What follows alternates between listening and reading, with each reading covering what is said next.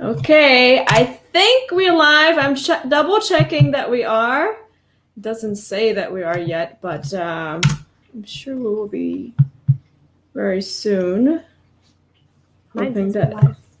it does. Yeah. Oh no, I mean on YouTube because okay. it has to connect. Let's see. Gotcha. Hold on. It appears that we're live. Yay! It's totally live. Okay, hey everybody, welcome back. I say welcome back because we're trying something a little bit different today. We did the first half of this on Instagram, and now we're finishing the second half on YouTube. And in case you all don't know, Arlen Hlusko, she's here joining us, and she is the cellist of Bang on a Can, and she is a recent alumna of Carnegie Hall's Ensemble Connect and the Curtis Institute, and teaching artist for Carnegie Hall's Sing Sing Correctional Facility. And she just released her solo album this week, which you can find on her Instagram. What's your Instagram handle? Cello Arlen. Easy, Cello Arlen, and is on her bio. So make sure everybody go and support her.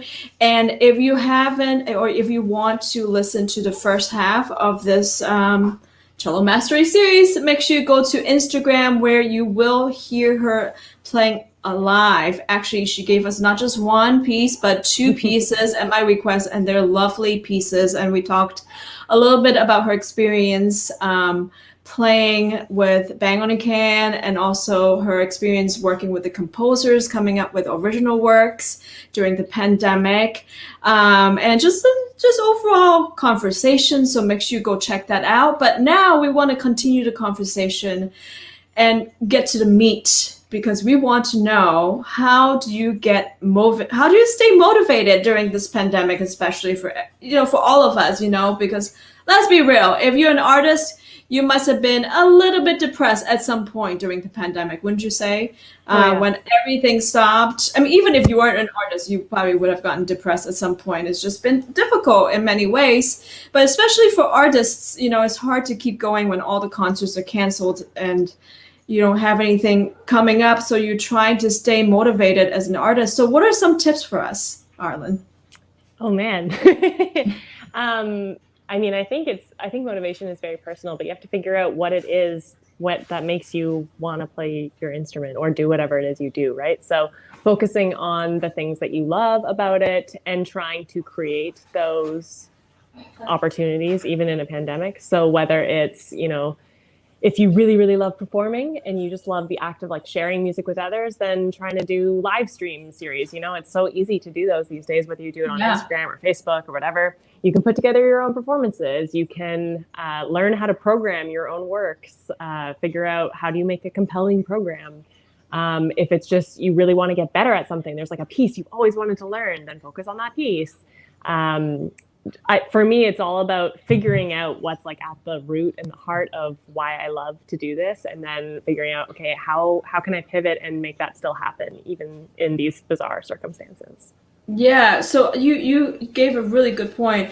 I mean, you have so many ideas already. Maybe we should break them all down. But the last point, I want to start with that, because I feel like that is really the key point, right? Which is why at the core, why in our heart and soul do we want to do what we do? And what is it for you, Arlen? For me, it's all about the human connection. It's all about, and so that shows itself in very many different ways. But I guess the bottom line is how music affects people. I think that people lean on music a lot. I think we saw that a lot this year, that music is important. And we, as humans, we connect with it in a way that there isn't something else that we can replace it with. There isn't something else that gives us that depth of feeling, of experience, and also the ability to share that with someone else, like going to a concert with someone you really care about and sharing in the power of the music and what it makes you feel. There's just nothing quite like that. So for me, that's a big part of it. I think that's really, you spoke the truth, and really why all of us as artists want to do what we do is that we want to make that human connection. It's really a language, right? Music is a language, and it's a way to communicate, and I feel like it's probably, I feel personally, maybe I'm totally biased, but one of the most direct way of communications, one of the most direct way of just speaking to somebody, and it doesn't involve actual language itself. And so that's why it's so important that we keep it alive. And also, I think, not having music or live music, I should say, this past year and a half, it makes us crave it more. Do you not find that you crave totally. that connection more, and you definitely value that connection? And I think that's a great motivation, right? To want to, for all of us, to stay motivated. But what about when you just, you and I are both performing artists. So what part of our jobs is going out to perform. But let's say for a lot of us who are not professionals or who are students, and our ultimate goal may or may not necessarily be performing live like we do. What are some tips for those of us who just want to just keep working, just keep staying motivated?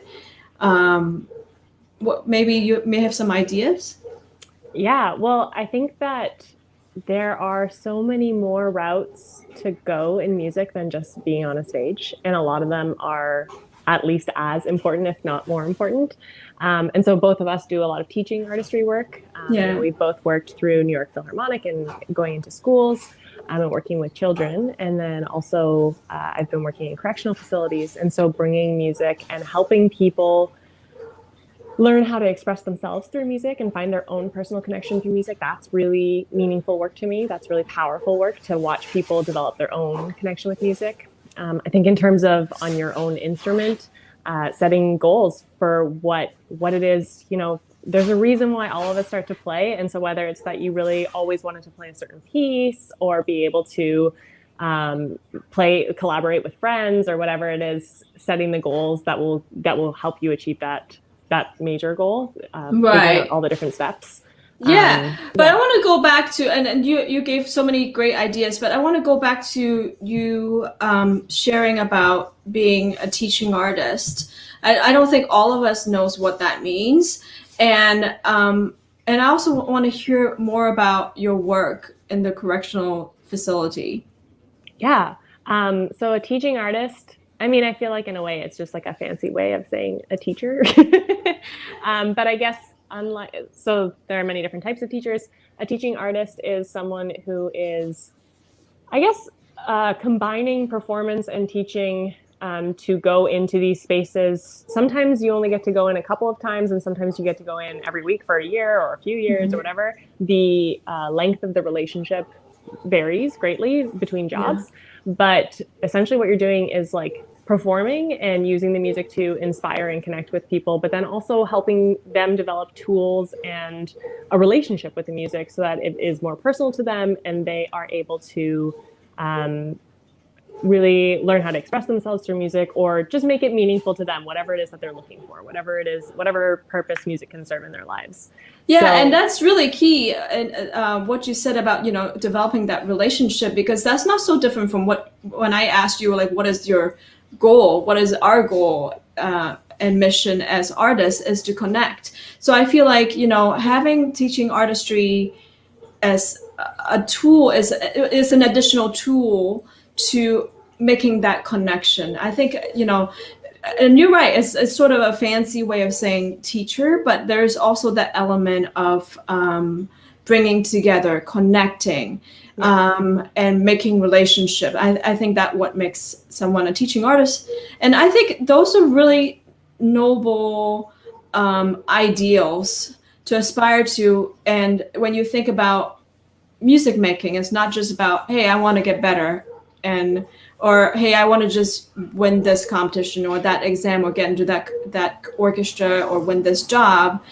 Is thinking beyond just the immediate, but thinking about something deeper, about the meaning. How can you give? Really, it's instead of like me, is how can you give as an artist in terms of the performances, and like you were saying, having certain pieces that motivates you and that you want to work on as a goal. But also the ultimate goal is about connecting, whether it's through performing and also through something like teaching artistry. But I'm sorry, I actually meant to ask you, and I started asking you about your experience in these facilities. How was it like? It's really inspiring. I mean, one of my favorite things that I do is I go with a team from Carnegie Hall. It's called Musical Connections. And we do, through this teaching artist team, they do a variety of initiatives. But the one that I'm a part of is we go up to Sing Sing Correctional Facility, which is in Ossining, New York. It's along the Hudson. And we work with a group of men there on not only learning instruments and learning how to play, but also on compositional skills so that they can write their own music and express themselves. And I just love that work so much. It's really fun to go in and just spend a day exploring music and exploring what it means to different people and how to express ourselves through these wooden instruments and sound. And it's really, really amazing work. And do you find that the people there are open, and like, do you see any sort of transformation, or what do you see in them in terms of like how do they receive the music or the training or whatever? I feel like it's one of the few places that I go that part of why it's so inspiring is that everyone really wants to be there. You know, like everyone. It's just such a sincere connection to the music. It's this privilege that sometimes we take for granted, that is not taken for granted, that, I mean, music means something, and it is a kind of like what you were saying earlier. It's a powerful way to express yourself when you can't find the right words, or you don't want to, or people will misconstrue your words or whatever. It's a way to say something that you need to say. Yeah, and so, like, do you teach them to compose something? Yeah. And then they compose, and then you play for them what they compose? Is that kind of how it goes? There's a mixture of things that happen. Many of them are amazing musicians as well. So they play some of their own stuff or each other's stuff.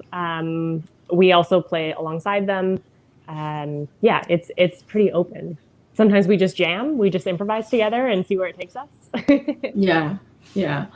What about you, for you personally? We've heard about all your ideas of how to stay motivated, but for you, in terms of staying motivated to practice during the pandemic, I know that obviously we already talked about it, you know, you doing the project, the September solo cello project, in which you commissioned 26 composers worldwide to write you pieces.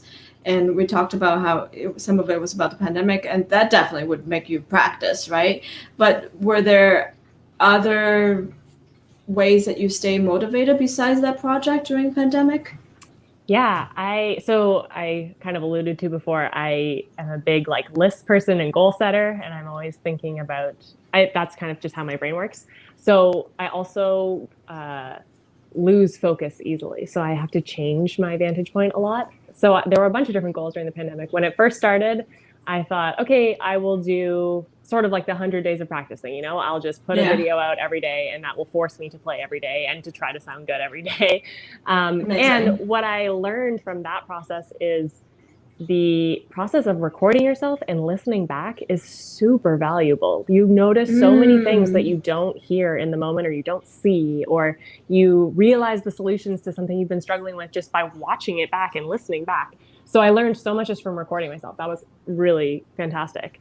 And then at some point I started to feel, I don't know, just, you know, it wasn't as exciting anymore. It wasn't as motivating. I was still doing it, but it didn't give me the same inspiration that it was before. So then I started doing a live stream series, mostly because my parents were like, you get nervous. You should make yourself nervous during the pandemic. Otherwise, you're going to be a mess when it's over. And I was like, yeah, you're right. So I started a live stream series that I definitely got nervous for. Was it on YouTube? Or, I didn't even realize that. It was on Facebook. I think I did like 20 episodes. It was called Live from Louisville with Love. And I did an episode like almost every Saturday for a few months, and then intermittently for several months. And it was really fun. It was actually like I mean, I got super nervous, and sometimes there were technical difficulties or things happened, but I learned a ton. And it was a way to connect with the community, you know, like every Saturday, there were all these people that I know from all over North America, all over the world, who I couldn't see, who the nice thing about Facebook Live, and I'm sure YouTube and everything too, is that there's live comments. So you can actually interact with people during the performance. They can tell you what they think of the piece and you can talk about it, which you can't always do in person. So that was really special. So that was my next project. And then over the summer, I was just trying to learn. I was trying to learn about composers that I didn't know about. I was trying to seek out more voices that I didn't know, especially a more diverse range of voices, just get away from all the standards that everyone plays and see what else is out there. And there's so much amazing music. So I was starting to learn. That was my goal over the summer and beyond, was to just learn new music. And then the September Solo Cello project. And then I worked on an album of poetry and music that was really fun. So just like a bunch of different little projects that kept me busy and kept life varied during a kind of stagnant time. So what I'm hearing are live stream, right? Live stream is helpful if you're comfortable sharing. I'm just thinking for like other people as well. You know, you can live stream for your family to practice. You don't have to live stream every week. I mean, you're like super amazing, and like, just like I said, every time I hear you talk or listen to you, I want to go home and practice. I mean, I am home. Just go and practice. You know, she's just so motivating. And actually, just thinking about practicing, you know, you joined me on my cello mastery course. That was last year now. We did a course together on the art of practicing. So, anyway, so going back to our list of things that we can do, and then you said like maybe 100 days practice, you know, sharing your work every day on Instagram. Do you think that's something that you would recommend for maybe younger cellists or students? Do you recommend that? I really recommend it. I mean, you can like set your account to private. You can even not tell anyone about it. But I think to me, the biggest positive of it was just learning from my own recordings. That process of listening back and reflecting every day, that I don't think there's another way you can do that so intensely and learn so much about you and your own playing. Yeah, and just having the accountability, you know. I think there's something to, like, you know how they say 21 days intermittent fasting or 21 days to a new body. You know, like there's like when you have these like goals like that, with accountability, and like you said, you can set your account to private or maybe share to a few friends who can keep you accountable. I think that's good too. If you're not comfortable, because not everybody is like us who's comfortable sharing, you know, cello every day. Like I don't know if I'm comfortable with it, but you know, you do. Well, you're doing it. You're doing it. So let's see. What else did you mention? Live stream, Instagram posts. What else did you say? You had your just commission projects, goals. So I think that's a really good idea. You know, and I think that is like, you know, a lot of times we wait until somebody asks us to do stuff. Like people, like, I mean, I know when I was young, I was sitting there waiting for the phone to ring for presenters to call me. But then I realized nobody actually calls you. And sometimes you have to call them and present your own project ideas. And it's just, you know, you're like the perfect, very entrepreneurial person that comes up with such interesting projects. Oh, and then the other thing you said was exploring different repertoire. I forgot to mention, you know, a more diverse repertoire, especially with, you know, all that we've seen this past year. I think that is so crucial to just, you know, not just play the standard rep, which is great, by the way, nothing wrong with that, but it's great to go outside of the box and, you know, just try different things. You gave us so many great ideas, Arlen, today. Thank you so much. Before we go, I'm just going to quickly ask to see if anyone has any questions. And if you do, now is the time to write very quickly in the chat box. But if anyone has any last minute questions for Arlen. Oh, somebody says, can you compose music for the Psalms in the Bible? Sean asked. You can compose music for anything, right? Yeah. Anything you like. Books, Bible, anything. But I like that, you know, like you did poetry. you can also write to books. I'll share a little secret project that I'm doing that is keeping me motivated. I'm writing music. Awesome. I'm writing music with a friend of mine who wrote the story. So I'm making my second visual album, and this time I'm writing music for cello and orchestra. It's all original story and original music, and I'll just tell you a little bit, but basically this tree weeps. The tree's weeping because the plants and everything, the ocean is dying in this island. And then the tree trunk, well, this tree gives the tree trunk to this nymph, whatever, and it becomes a cello, and she goes and plays and saves the island. That's the general idea. So it's to also address climate change, something that I care deeply about, and to write original music. So, stuff like that, I would love for people to think of original, interesting ideas, and also things that you're passionate about. Because I can see, Arlen, everything that you do, you're not just doing it because you want to stay motivated. You're doing it because you're absolutely passionate. I can see it in your face. And that's why it's so inspiring. I think people really love to see others being so invested and passionate. And just like how you are. And that's why you're so inspiring. Same to you. You're the same way. I love following all of your stuff. It's always so inspiring to see how much you care and how much you put of yourself into your work. Same to you. Anyway, thank you so much, Arlen, for joining us. And make sure to check her out on Instagram.